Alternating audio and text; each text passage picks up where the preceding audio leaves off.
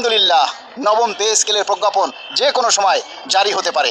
যে কোনো সময় এই পে স্কেল আপনাদের জন্য খুশি বয়ে নিয়ে আসবে।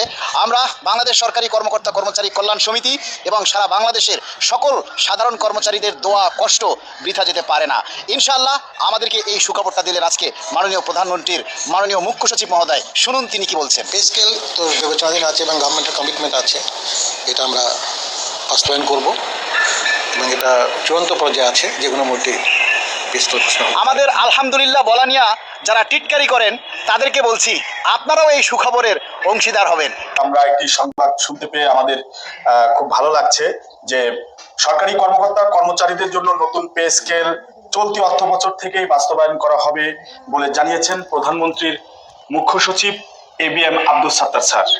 আজ তিনি সচিবালয়ে সাংবাদিকদের সাথে আলাপকালে তিনি এই কথাটি জানান।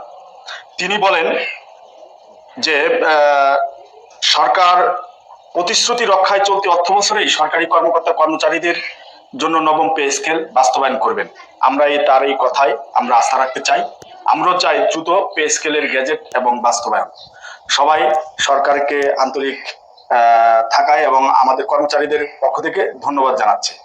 নিউজ জানাতে চাচ্ছি যে ইতিমধ্যে কিন্তু গণপ্রজাতন্ত্রী বাংলাদেশ সরকারের মুখ্য সচিব আব্দুল সাত্তার স্যার সাংবাদিকদের সাথে আলাপকালে আজকে সচিবালয়ে তিনি বলেন যে সরকার তার প্রতিশ্রুতি রক্ষার জন্য চলতি অর্থ বছর থেকে সরকারি কর্মকর্তা কর্মচারীদের নবম পে স্কেল বাস্তবায়ন করবে।